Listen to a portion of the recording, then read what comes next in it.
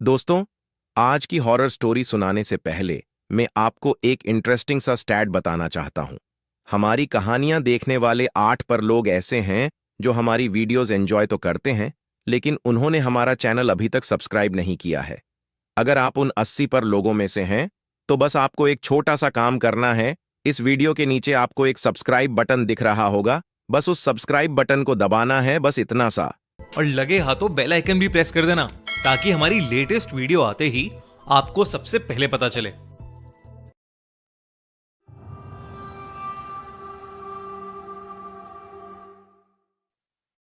Mahakumbh horror story.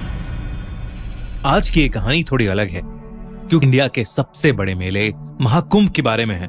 रौनक त्रिपाठी, एक 19 साल का नौजवान, अपने माँ बाप और बड़े भाई अमित के साथ 2012 में पहली बार इलाहाबाद के महाकुंभ मेले में गया था।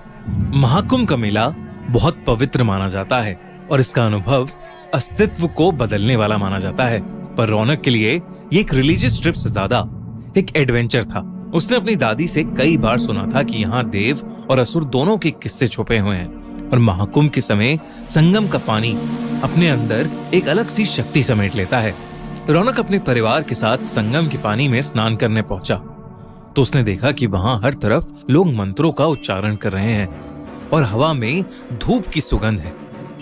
स्नान करते वक्त रौनक ने एक अजीब सी गर्मी महसूस की, जैसे उसके आसपास का पानी उबल रहा हो। उसने ये बात अपने भाई अमित को बताई, लेकिन अमित ने हंस के बोला, ये तेरी इमेजिनेशन है रौनक, संगम का पानी पवित्र होता है। लेकिन रौनक का मन बेचैन होने लगा था। शाम के वक्त पूरे परिवार ने मेले में घूमने का प्लान बनाया। हर तरफ साधु और संतों की भीड़ थी। महाकुंभ के पूरे मेले में बड़े बड़े स्टॉल्स लगे हुए थे। तभी रौनक की नजर एक अलग से दिखने वाले साधु पर पड़ी, जो एक कोने में बैठा था। उसका चेहरा आसमान की तरफ था, आंखें सफेद जैसे दूध की हों और उसके होठ कुछ अनजान शब्दों का जाप कर रहे थे। रौनक एकदम से उसकी तरफ खिंचा चला गया। रौनक ने अमित से कहा, अमित चलो देखते हैं ये बाबा क्या कर रहा है। वो साधु अपने ध्यान में लीन था और अमित ने रौनक को बोला कि उसे तंग करके उसकी भक्ति को भंग नहीं करना चाहिए। लेकिन रौनक ने अमित की नहीं सुनी और वो बाबा की तरफ चलने लगा। बाबा के पास पहुंचते ही उसने देखा कि वो बाबा अब भी अपने ध्यान में ही लीन थे। उसने उन्हें 2-3 बार आवाज लगाई पर उन्होंने कोई भी जवाब नहीं दिया। फिर मजाक के तौर पर रौनक ने पास से एक लकड़ी उठाई और बाबा को उस डंडी के तीखे कोने से छुआ। बाबा की आंखें एकदम से खुली और रौनक की ओर गईं। रौनक को लगा कि हो गए हाँ, पर उन्होंने मुस्कुराते हुए रौनक को देखा और कहा, आ गया तू, तेरा ही इंतजार था। रौनक एकदम से थोड़ा घबरा गया। आप मुझे जानते हो बाबा? इस बात का कोई जवाब बाबा ने नहीं दिया। बस उन्होंने अपने गले से एक माला निकाली और रौनक के हाथ में रख दी। बाबा ने कहा, यह ले और रात को यह माला पहनकर सो जाना, कल तुझे सारे जवाब मिलेंगे। रौनक ने बिना कुछ सोचे उस बाबा से वो माला ले ली और वापस अपने परिवार के पास आ गया। वो माला ले ली और वापस अपने परिवार के पास आ गया। उस रात रौनक ने माला पहनकर सोना शुरू किया। जैसे ही उसने अपनी आंखें बंद की, उसके सपने एकदम अजीब और खौफनाक हो गए। उसने देखा कि वो एक अंधेरे जंगल में खड़ा है। उसके आसपास बड़े बड़े पेड़ हैं जिनमें आग लगी हुई है और उस आग से पूरा आसमान लाल हो गया है। तभी उस जंगल में एक गहरी आवाज गूंजने लगी, जैसे कोई उसका नाम पुकार रहा हो।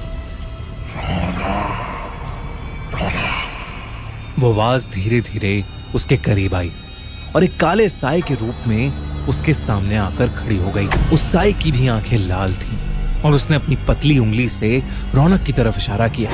तू मुझे लेने आया था, अब तेरे साथ चलने का समय आ गया। उस साए ने रौनक से ये कहा और एकदम से वो साया जैसे उसके अंदर ही समा गया। रौनक चिल्लाते हुए नींद से उठा। उसकी शर्ट पसीने से भीग चुकी थी। उसने माला को देखा जो एकदम से बहुत ज्यादा खौलती हुई गर्म हो गई थी। रौनक ने तुरंत उस माला को निकालकर जमीन पर फेंक दिया और फिर से चादर तानकर सो गया।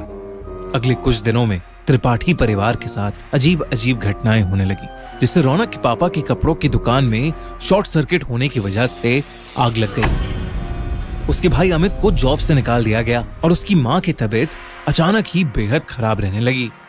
इसी बीच रौनक एक दिन अपनी अलमारी साफ कर रहा था और सफाई करते वक्त उसके होश ही उड़ गए। अलमारी के अंदर से उसे वही माला मिली जो रौनक ने कुछ दिन पहले ही फेंकी थी। उसने अपनी मम्मी से बात की तो उन्होंने बताया कि वो माला उन्होंने ही संभाल कर अलमारी में रख दी थी। अब रौनक को यकीन हो गया था कि जो कुछ भी हो रहा है वो शायद उस माला की वजह से ही हो रहा है।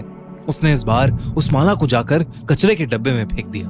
अगले दिन रौनक अपने रूम में लैपटॉप पर कोई टीवी शो देख रहा था। तभी उसे ऐसा महसूस हुआ जैसे उसके ठीक पीछे कोई खड़ा है।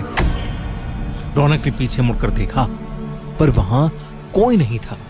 लेकिन जैसे ही रौनक ने वापस मुड़कर देखा, उसके कमरे के एक कोने में वही लाल आंखों वाला काला साया खड़ा था जो रौनक के सपने में आया था।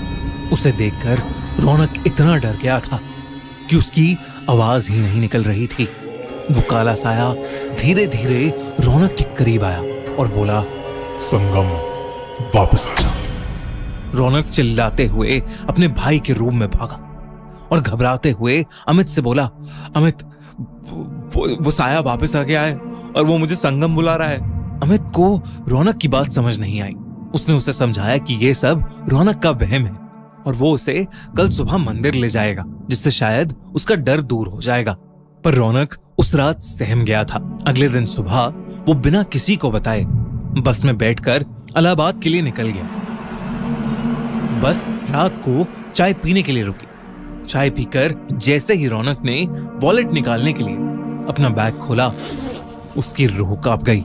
रौनक के बैग में वही माला पड़ी हुई थी। रौनक ने एक लंबी सांस ली और खुद को समझाया कि वो महाकुंभ जाकर उसी बाबा से मिलेगा और सब कुछ ठीक कर लेगा। और वो पैसे देकर बस में जाकर बैठ गया। पूरे सफर में रौनक को महसूस होता रहा कि वो काला साया कहीं ना कहीं उसी के साथ है, बिल्कुल उसके करीब। अगली सुबह महाकुंभ पहुंचकर रौनक सीधा भागकर उस मेले में उस बाबा को ढूंढने लगा और जैसे ही वो बाबा उसे दिखे, वो उनके चरणों में जा गिरा और फूट फूट कर रोने लगा। उस बाबा ने गुस्से में उससे कहा, मूर्ख, अब क्यों आया है मेरे पास? तूने एक साधु की आराधना भंग की थी, अब तू उसका दंड भुगत। रौनक के आंसू रुक ही नहीं रहे थे और वो अपनी गलती समझ गया था। उसने उस साधु से रो रो कर माफी मांगी। कुछ समय बाद उस साधु को रौनक पर दया आ गई और उसने रौनक से माला वापस लेकर अपने गले में डाल ली। अचानक ही रौनक को माला के जाने के बाद बहुत हल्का सा महसूस होने लगा। रौनक ने देखा कि वो काला साया बाबा के सर के ऊपर खड़ा है और कुछ ही देर में वो बाबा के अंदर ही समा गया।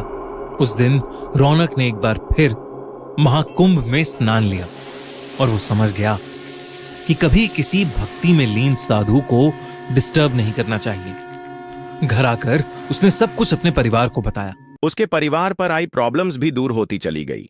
रौनक और उसकी फैमिली इस साल प्रयागराज में हो रहे महाकुंभ में फिर से जा रही है। आप में से कितने लोग महाकुंभ के बारे में जानते हैं? और अगर हां, तो कितने लोग महाकुंभ में जाने का प्लान कर रहे हैं? हमें कमेंट सेक्शन में जरूर बताएं।